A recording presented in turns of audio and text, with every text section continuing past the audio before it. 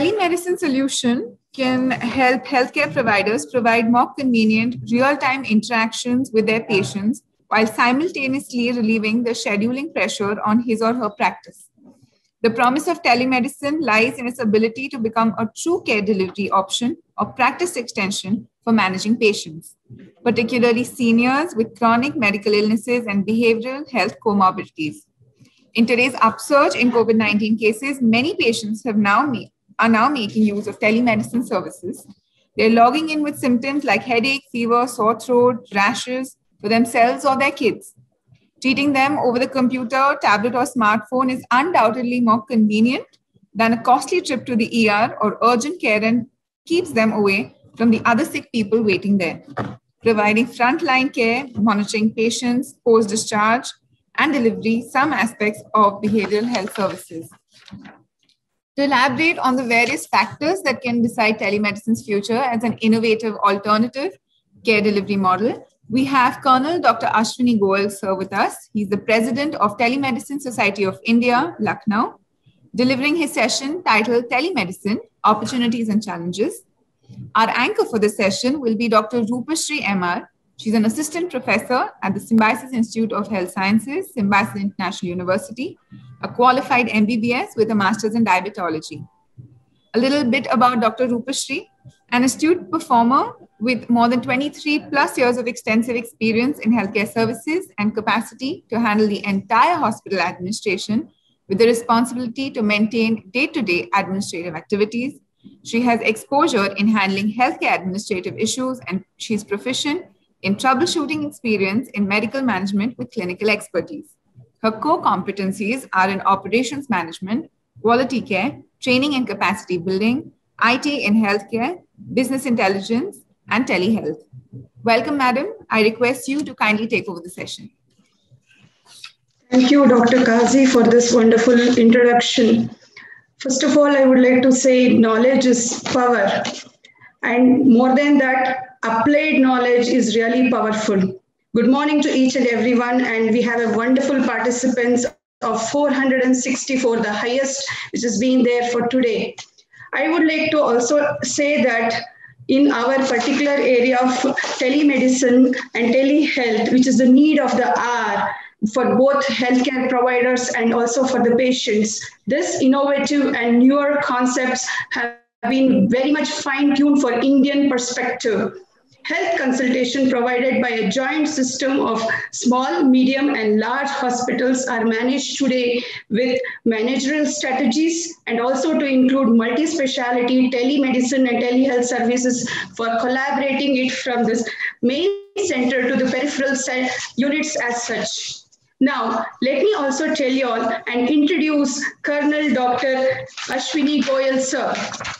He has got a vast degrees, MBBS, MPhil, MBA, DPM, DNACA, HDSE, and DCS, a huge point which I really want to understand and learn. He is also a founder member and president of Telemedicine Society of India, TSI. He is an external assessor and also a senior consultant in quality assurance and quality improvement. And he's a technical advisor for automation of NQAS, then Lux certification of Government of India, Ministry of Health and Family Welfare, NHSRC. He's also a visiting faculty and an external examiner for BSc and MSc Medical Informatics, Mahatma Gandhi University, Medical Sciences and Technology, Jaipur. He's also a member of Telemedicine Society of India, International Society of Telemedicine and E-Health, Academy of Hospital Administration, AHA, Noida. He's also the member of National Task Force Swachh Bharat. He's been having a multiple roles. He's heading on as a chairman and also as a convener of Subcommittee of Telemedicine Standards, Health Informatics Section Committee, and also from BIS. Health Informatics Section Committee, BIS, has been very much launched under his guidance.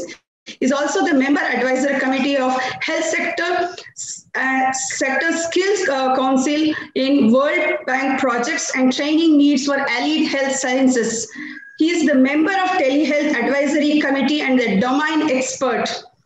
The Telemedicine Society of India, under his able guidance, has also been launched under Tata Foundation Initiative for Entrepreneurs and Innovators. And he's been also involved in the QAI for the Technical Committee and Accreditation of Telehealth areas.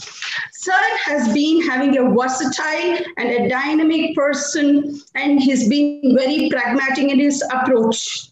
The man of words who has turned these things into action. Sir, the virtual stage is yours. Over to you, sir.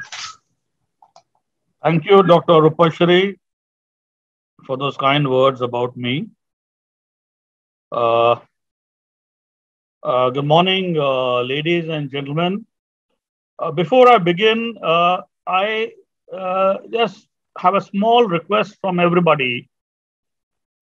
I wish to request you all to remember all those who have lost their lives or continue to battle the terrible scourge that has befallen the entire humanity. Let us pray for them.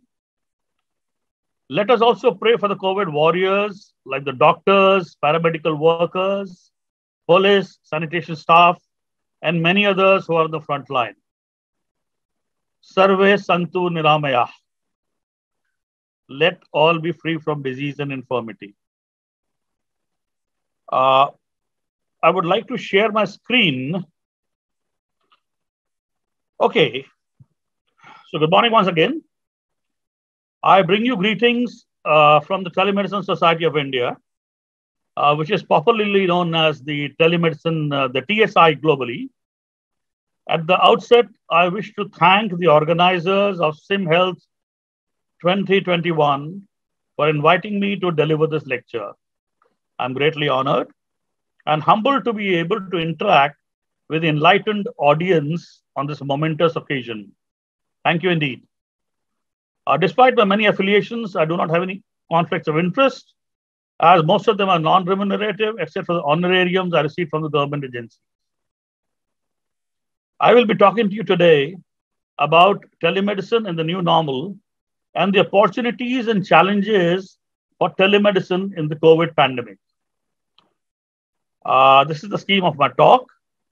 However, please do bear with me if I tend to ramble, as the topic is so vast and my passion for it is unbound. I wish to take a few minutes to introduce the Telemedicine Society of India to you all.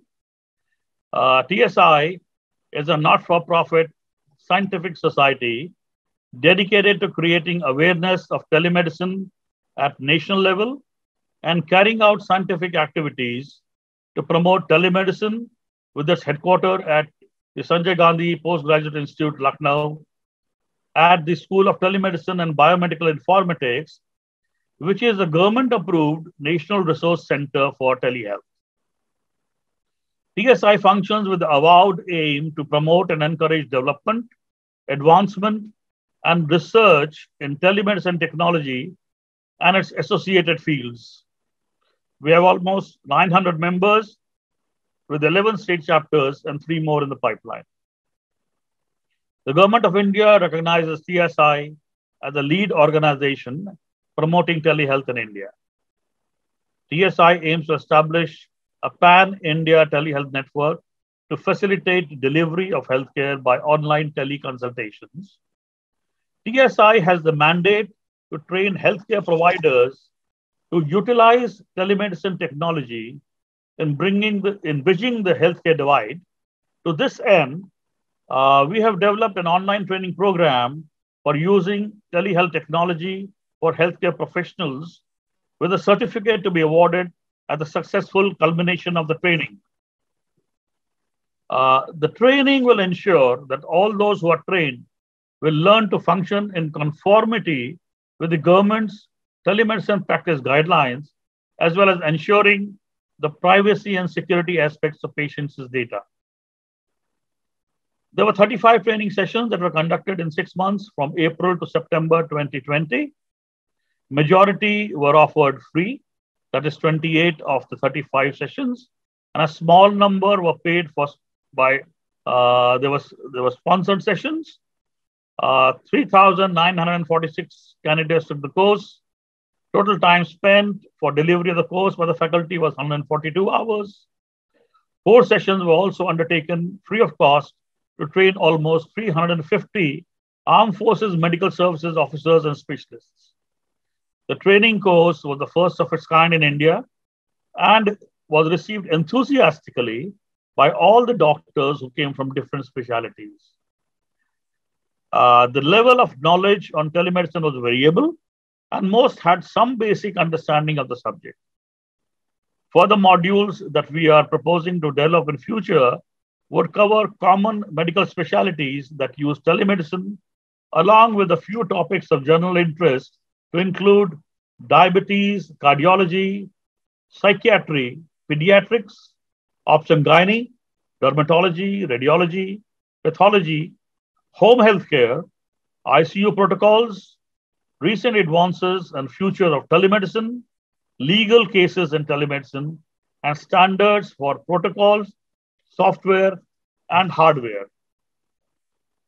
This is a snapshot of one of our sessions which we conducted for the Armed Forces Medical Officers a little while back.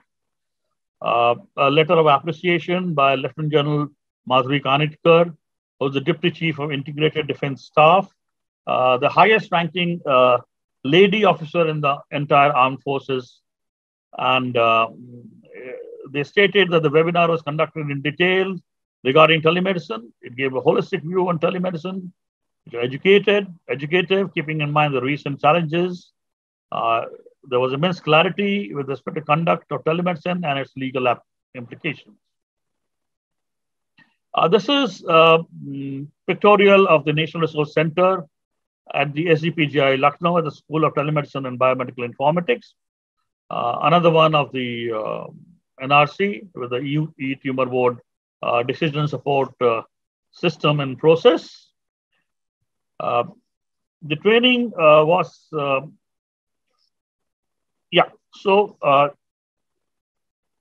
just a moment.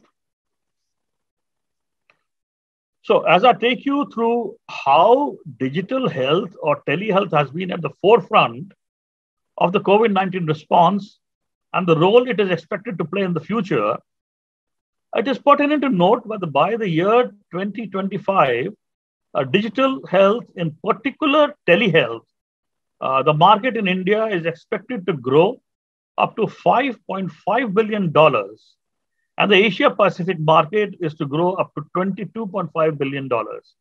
So there is an immense ROI as far as telehealth in the region is concerned. We have to keep in perspective that governments across the region are creating a supportive regulatory environment for digital health with focus on telehealth. India notified its own telemedicine practice guidelines in March 2020 and launched the ambitious National Digital Health Mission in August 2020. So there is a lot of activity that is happening on the digital health context. And our focus today is primarily how digital health solutions have helped in healthcare delivery systems, as well as in public health response in the context of the pandemic. We are all aware that several countries have introduced several mobile-based interventions for COVID-19, but that's just one part of it. For the pandemic response itself, there are several digital health interventions that have been launched. We are also aware that the strict measures to prevent transmission of COVID-19 have resulted in almost a shutdown of healthcare establishments and care delivery. And this requires the digital health interventions to scale up and be available to provide a virtual environment in which the continuum of care was to be delivered. This is both in the context of COVID as well as for non-COVID conditions, as I will explain a little later in our discussion. So what happens to somebody who has diabetes or hypertension or chronic conditions such as osteoarthritis, and if they were not able to go in to the hospitals for the next couple of months? What happens to them? Do digital platforms have a role to play? Or is it just teleconsultation? Or is it something more comprehensive that we're talking about? Patients largely have become very, very aware Not that they were not aware before, but the pandemic has really enhanced the vision and the scope of digital platforms to end users and citizens at large, and particularly those who have either been affected with COVID-19, their immediate relatives, or people with non-COVID conditions who had to seek care, and a mechanism by which they could continue to avail care when everything else was shut down. So it is anticipated that about 50% of patients in India, as well as in the Asia Pacific region, will accept that healthcare delivery systems will majorly depend on digital delivery models in the next couple of years. So here is a quote from one of the people that we interacted in rural Uttar Pradesh. And this is what he said, though it was in local colloquial language in Hindi, I've translated it into English. If it was so easy to understand over a telephone call whether I have COVID or not, and then to actually get tested by booking a test through a missed call service, and when tested positive, being monitored through a phone at home. So why was this not being done earlier? None of this is rocket science, right? But it took us a pandemic to realize that we can use simple tools to actually deliver comprehensive care, even in the context of something as infectious as COVID-19. So what COVID-19 has done is that it disrupted the continuum of care for non-COVID conditions. It also created a whole lot of panic amongst people who are at risk of being infected. Also, with these are people with chronic conditions or with non-communicable diseases, those with diabetes and other comorbidities. So there was absolutely no focused attention towards this as part of the pandemic response in the early days. And that is where lies an opportunity for telehealth. So if somebody gets a complication that is related to their ongoing medical conditions, what do? Healthcare establishments are telling, don't come here. And all of the public health response is geared towards contact tracing and finding who are at risk and testing them and response to that testing. So what did the government do in the context of COVID pandemic? Well, the Indian government introduced several digital tools, and they also ramped up the telehealth capacity. Of particular note is the government-sponsored application eSanjeevani. More about it later in the course of the talk. So here we are, in the midst of a global pandemic that, as per all informed sources, is likely to last for a significant length of time. It will impact the way we all live in the future, and this, in all probability, will be the new normal. Even though the much-awaited vaccine is here, and many are in the offing, but there is news of the temporary efficacy of the vaccines to afford protection from the infection and emergence of new strains of the virus that are possibly more virulent than the original one. So the battle goes on. And the tried and tested practice of social distancing that has proved to be the linchpin of the fight against COVID-19 infection will continue to be the #1 strategy.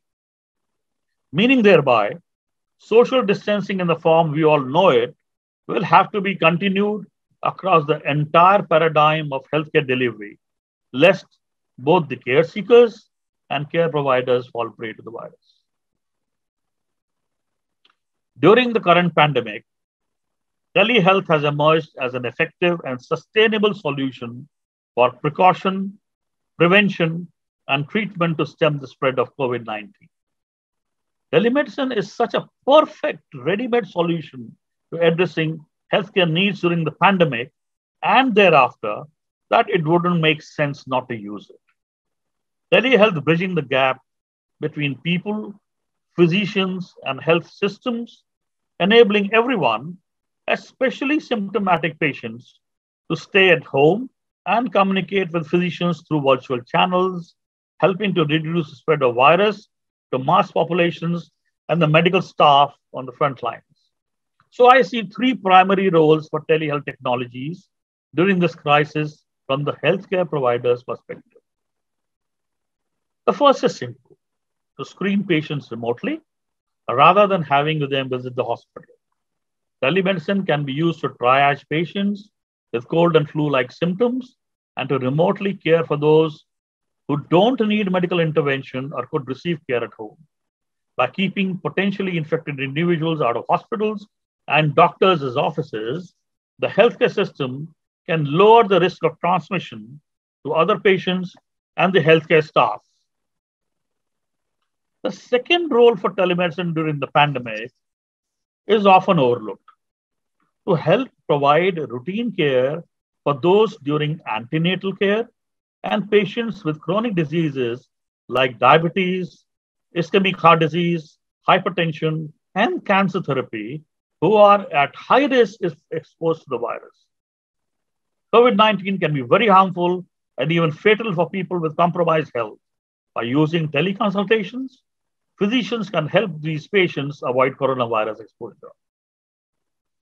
The third and very significant role is that providers and their staff are not immune to infection and are at an increased risk for contracting COVID-19 due to their continuous exposure to infected patients. Once tested and confirmed, these providers will be quarantined and become unavailable to the healthcare system just when it needs them the most. With telehealth technologies in place, quarantine providers have the option to continue seeing patients via remote feeds. Now, this is about eSanjeevani application, which the government of India, as a part of its Ayushman Bharat scheme, has launched the national teleconsultation service in two variants. eSanjeevani, Ayushman Bharat Health and Wellness Centers, that is the doctor to doctor, and eSanjeevani OPD, which is patient to doctor, which is a stay-at-home OPD. This is available across 26 states. I've given you the helpline numbers on the slide, as well as the email. The eSanjeevani OPD is presently hosting 26 general OPDs and 190 specialties and super specialty OPDs. More than 11.5 lakh consultations have taken place, and many more continue to do so as we speak. eSanjeevani has been made by the Center for Development of Advanced Computing, Mohali, and the same application with suitable modifications have been developed for the Armed Forces Medical Services under aegis of the DCIDS Med by the name of SEHAT, which is an acronym that stands for Services, E-Health Assistance and Teleconsultation. The government of India has a project for home care for quarantined COVID patients, which has been implemented on a public-private partnership mode with private agencies like Portia Medical, utilizing telemedicine technology to monitor and mentor patients under quarantine and to provide home-based care, periodic visits by nurses, and monitoring by doctors. Private hospitals like Apollo, Max, Fortis are also providing home care packages on similar lines for COVID and non-COVID patients. Now, a bit about the benefits and opportunities in the use of telehealth. It saves on healthcare costs. The US spends $3.6 trillion on healthcare every year, much of it when care seekers visit healthcare facilities. However, 25% of these costs are avoidable with telehealth, and that's a massive, massive figure. It extends across access to consults from specialists despite their location. It increases the patient engagement by allowing patients to connect with their doctors more frequently and thus strengthening the patient-doctor relationship and empowering patients to manage their own care. It entails better quality patient care by facilitating remote, extensive monitoring of the patients. Some of the opportunities are that it facilitates public health mitigation strategies by increasing social distancing, thus reducing potential infectious exposures. It enables teletriage, decreasing the volume of patients seeking care in facilities, thus reducing the strain on healthcare systems. It reduces the use of PPE by healthcare providers, maintains continuity of care, which can avoid additional negative consequences from delayed preventive, chronic, or routine care. Remote access can also help preserve the patient-provider relationship at times when an in-person visit is not practical or feasible. It enables monitoring of contacts of asymptomatic patients in home quarantine or high-risk non-COVID patients with conditions such as diabetes, hypertension, heart failure, and those on dialysis or cancer patients. It enables integrating the infected healthcare workers to provide teleconsultations from home quarantine. The elderly are taking up teleconsultations with great enthusiasm of late. Ease of consulting with RMPs, not having to leave home, no risk of infection from others, no risk of social stigma associated with COVID infection. So healthcare providers and corporate hospitals are offering home care packages with remote monitoring. Well, when there are benefits and opportunities, there are challenges as well. There is lack of patient awareness that they have the option of consulting with their physicians via the internet. Not everybody knows the benefits of telehealth and that the actual telehealth services are available. Several medical professional associations consider advances in technologies an existential threat or something akin to snake oil, depending on the limited understanding. But this can be overcome through orientation and use of digital health tools as part of the training curriculum. There is a possibility of communication and device breakdown. There are legal issues like the regulatory and licensure issues. The telemedicine practice guidelines issued by the government in March 22, however, raised many issues which persist and they need a review. Interstate and international licensure challenges and other regulatory issues may vary from state to state.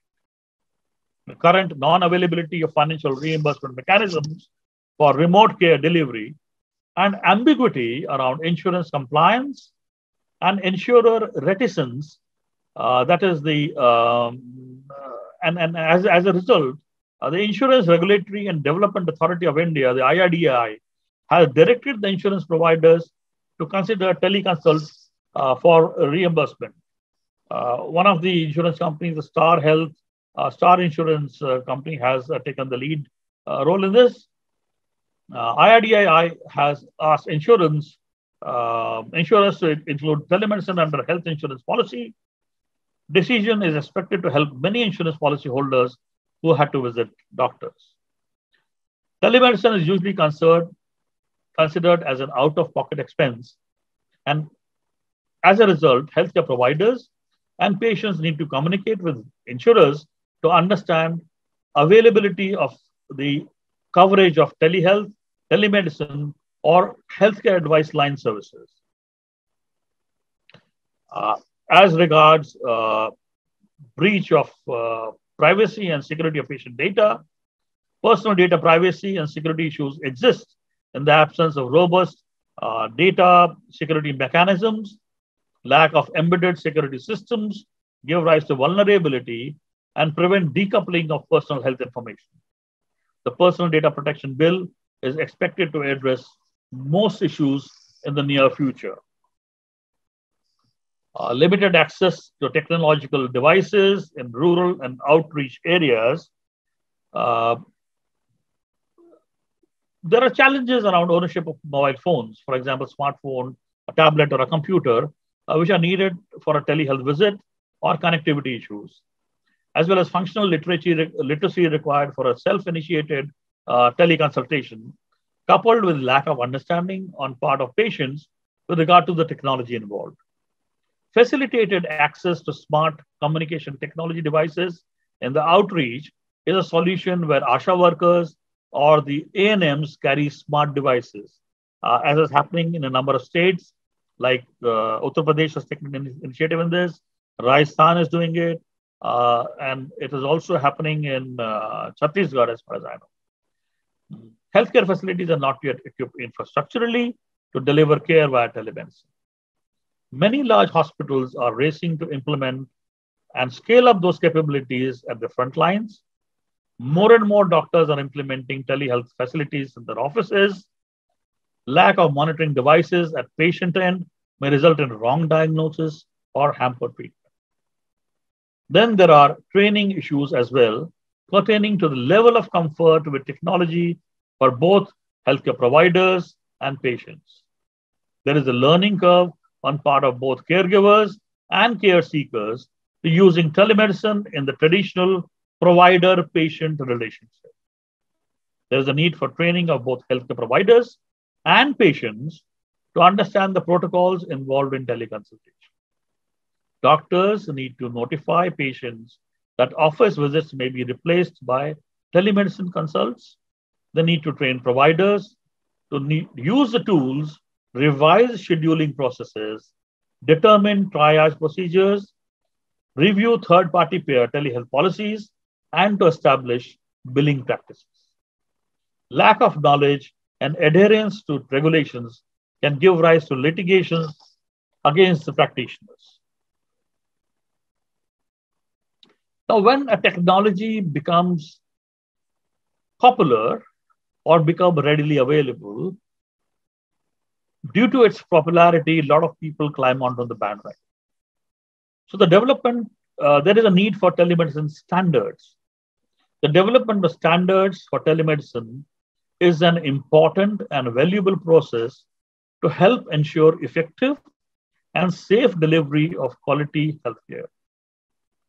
Creation of standards is important to payers and regulators as well, as they are increasingly adopting and integrating them into regulations and policies. The sudden rapid proliferation of telemedicine companies and the array of products and services necessitates a national standardized means of assuring quality, patient safety, and competent care. Until now, the telemedicine industry has not had an easy to identify confirmation or seal of approval of quality from an independent third-party organization. In this case, accreditation also helps fill the regulatory gap that occurs when the pace of innovation may move faster than regulations can keep up, as with telemedicine. Accredited organizations will help to demonstrate to their various stakeholders that their processes and procedures promote better clinical and financial outcomes, including patient safety. In addition, having the right seal of approval is a differentiator in a crowded field, and accredited organizations should be able to capture increased market share. Now, I would like to develop a little bit upon key sites from the telehealth interventions for COVID pandemic. This was a report that the Telemedicine Society of India had commissioned along with a company called Practo, which is an online healthcare aggregator. So some of the key insights are as depicted on the slide. The physical appointments went down by 32% when we reinvented healthcare delivery with telemedicine during the COVID-19 pandemic. The visits to secondary care specialties like neurosurgery, somnologists, cardiologists, and oncologists, it grew dramatically. There was a 3% increase in the number of people using online consultations. 26% of the consultations were with the general physicians, followed by dermatology, which are 20%, gynecology, and others like gastroenterology, ENT, pediatrics, so 7% each. The fastest growing health concerns included ophthalmology, ENT, orthopedics, pediatrics, and gastroenterology. Delhi, Mumbai, and Chennai saw an average of 16% growth in queries of ENT specialization. Non-metros saw the highest growth of 7 times in online consultations as compared to the same period in the previous year. During the same period last year, the split between metro and non-metro consultations stood at 75 to 25. This year, it has been increased in favor of teleconsultations to 60-40. demonstrating that the number of consultations from non-metro cities is on the rise. Tier 2 cities like Manjeri, Ara, Balasore, Eta, Orai, Khopoli, Jakta, and Sripuri use telemedicine for the very first time in this time period. Cities like Meerut, Jammu, Srinagar, Nellore, Kochi, and other similar cities recorded a 10-time growth. Amongst the metros, Chennai witnessed the highest growth of 4 times as compared to the previous year. Bengaluru, Delhi NCR, Mumbai, Pune, Hyderabad, and Calcutta grew by more than 300% as compared to last year. More and more elderly people are now getting used to technology. There was a 502% spike in online consultations from people above the age of 50 during this crisis, who contributed to 12% of the overall consultations as compared to just 5% of the previous year.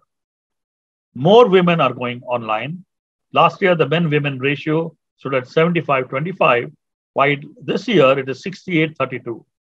Gynecologists and general physicians were 2 of the most consulted specialties by women in 2020. Online mental health consultations and queries continued to rise during the period. There was a 302% increase in overall mental health related queries. Women contributed to 33% of overall queries for mental health specialties. There were more consultations at late hours. 25% of consultations were recorded between 10 p.m. and 4 a.m. when people are not burdened with the work responsibilities. One of the top specialties consulted during late night hours was psychiatry. Preferred days to consult doctors online were Tuesdays, Wednesdays, Saturdays, and Sundays, while Saturdays, Sundays, and Mondays were preferred for in-person appointments. So we could not find a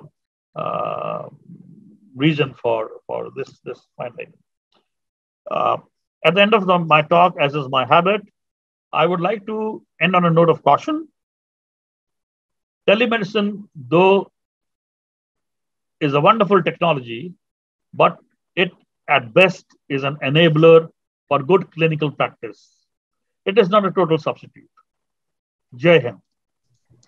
With utmost humility, thank you very much, sir, for your deliberation. I would like to take a few of the questions from the students who have given me on the chat box. One of the students, Nami Shah, has written down telling telemedicine is definitely a requirement of today's time, but how can it replace a brick and a mortar setup which helps physical examination of the patient? Yes, a very good question.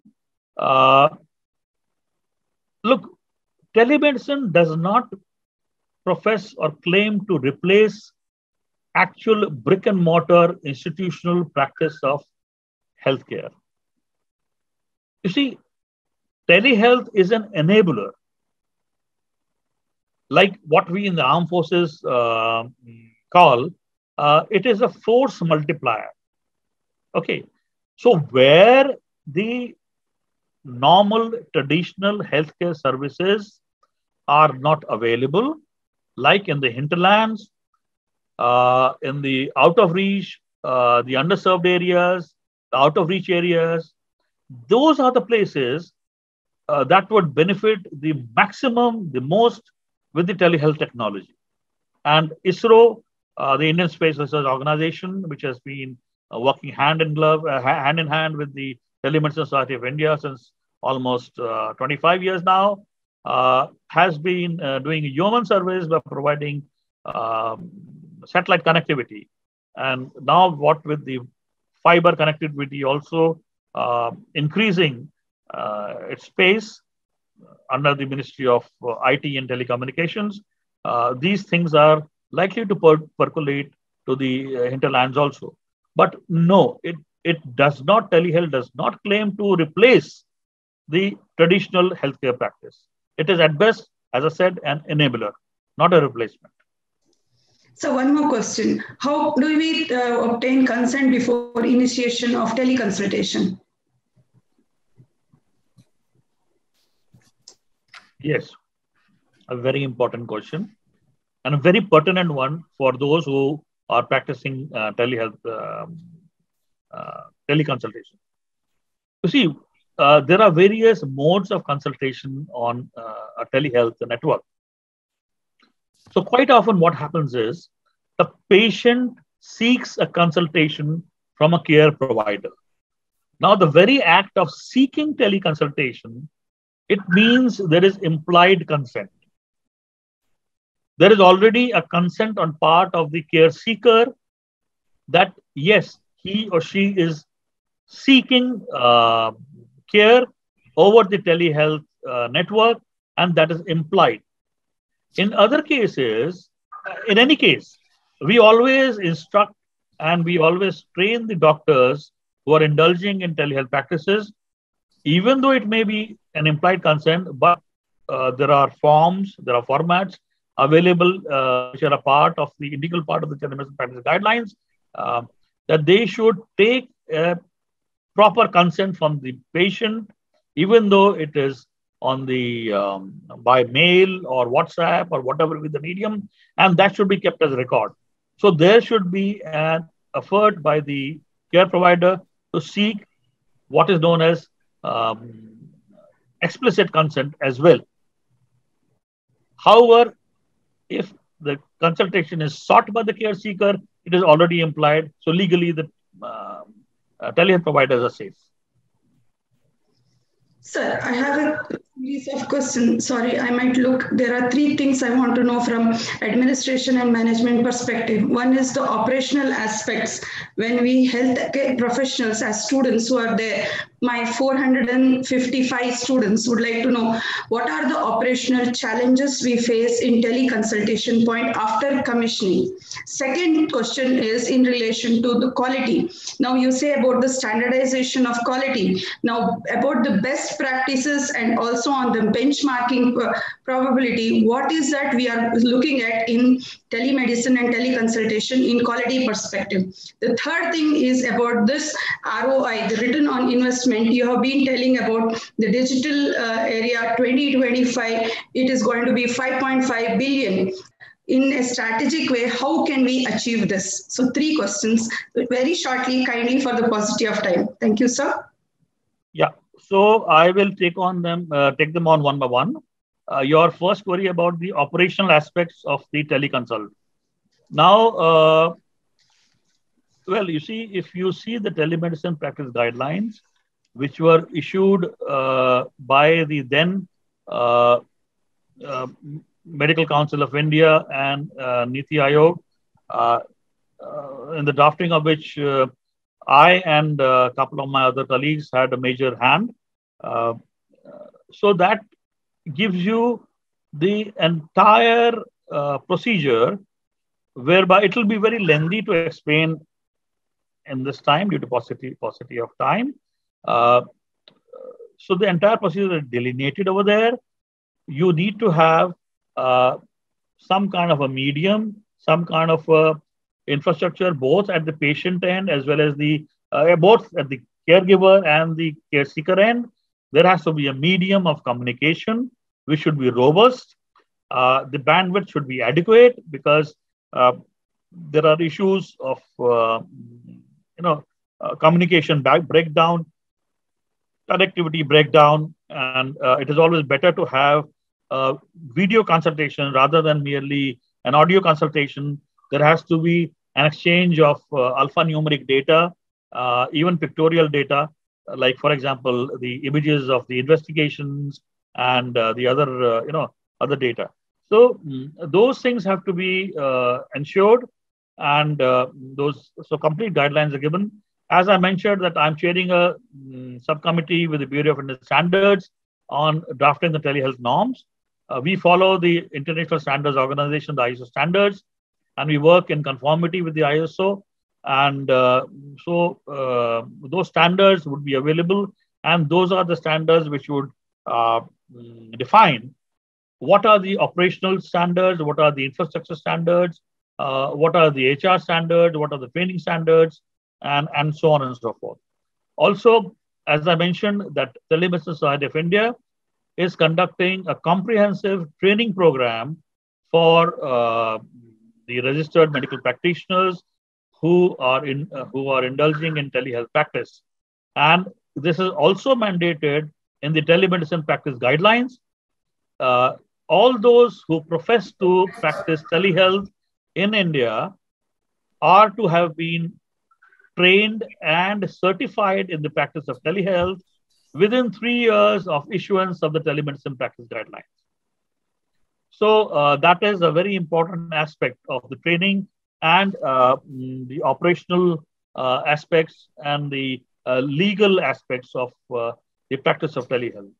So, and as far as quality is concerned, I think I partially addressed this issue that we are in the, at the moment, there are no such structured guidelines available in India, though the American Telemedicine Association has got guidelines for almost every aspect of telemedicine practice.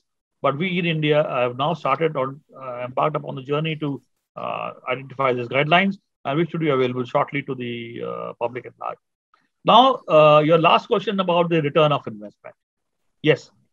So no doubt, because you see, what has happened is with the issuance of the telemedicine practice guidelines in March last, also the fact that the COVID pandemic has forced us to remain in a lockdown manner, and this is likely to be the normal way of functioning for some time to come. There are people who predict that possibly for the next 2 to 3 years, or maybe even more, there may be many waves. I don't want to be a doomsday prophet, but this is possibly likely to change the entire paradigm of healthcare delivery in India or elsewhere for that matter. We are seeing the similar trends globally for that matter. So there are a lot of people like aggregators of telehealth. There are providers of investigations, the corporate hospitals getting onto it. There are home care services which are getting onto the act.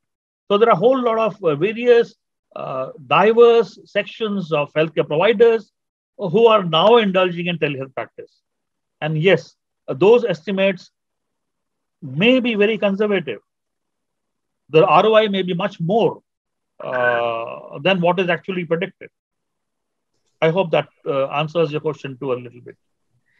Thank you so much, sir. It was wonderful discussing about this digital health solutions, and I really thank wholeheartedly for this particular session which you have given in relation to Pan India Network, and I hope entire students will be benefited from this.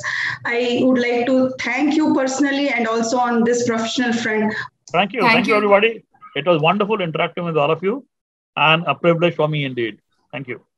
Thank you, Dr. Goel, once again. And thank you, Dr. Roopasree, for being such a brilliant host.